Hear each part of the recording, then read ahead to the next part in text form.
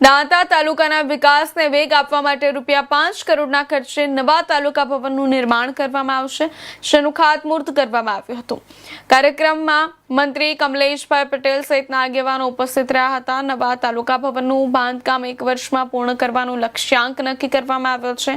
આ દરમિયાન તાલુકાના સર્વાંગી વિકાસ માટે પિંકીબેન ચૌધરી દ્વારા મંત્રીને આવેદનપત્ર આપવામાં આવ્યું હતું, જેમાં સ્પોર્ટ્સ સંકુલ, નવા બસ સ્ટેન્ડ, સ્માર્ટ વિલેજ અને GIDCની ફાળવણી સહિતની માંગણીઓ રજૂ કરવામાં આવી હતી।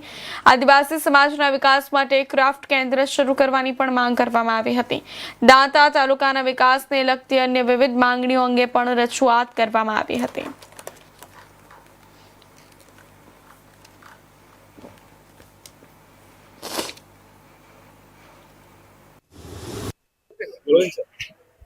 આજરોજ દાતા મુકામે નવા બનનારા તાલુકા પંચાયત ભવનનું ખાતમુહૂર્ત કરવામાં આવ્યું અને મારી સાથે જિલ્લા પંચાયતના અધ્યક્ષ વસંતભાઈ પુરોહિતજી, અમારા આ વિસ્તારના ધારાસભ્ય શ્રી કાંતિભાઈ ખરાડીજી, અમારા તાલુકા પંચાયતના પ્રમુખ બેનશ્રી તેમજ અન્ય આગેવાનો ઉપસ્થિત રહ્યા।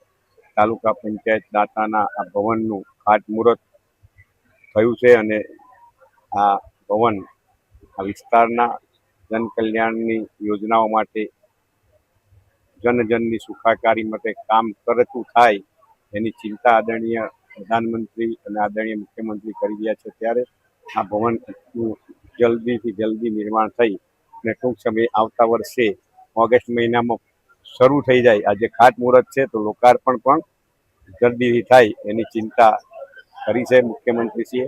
અને આ જે મકાન તાલુકા પંચાયતનું ભવન બની રહ્યું છે તો દાતા તાલુકાના સર્વે નગરજનોને ખૂબ ખૂબ શુભેચ્છાઓ। અને આજે 15મી ઓગસ્ટ 80મો સ્વતંત્ર દિનની પણ દાતાના સર્વે જનોને ખૂબ ખૂબ શુભકામનાઓ સાથે શુભેચ્છાઓ પાઠવું છું। અસ્તુ ભારત માટે, વંદે માતરમ, જય જય।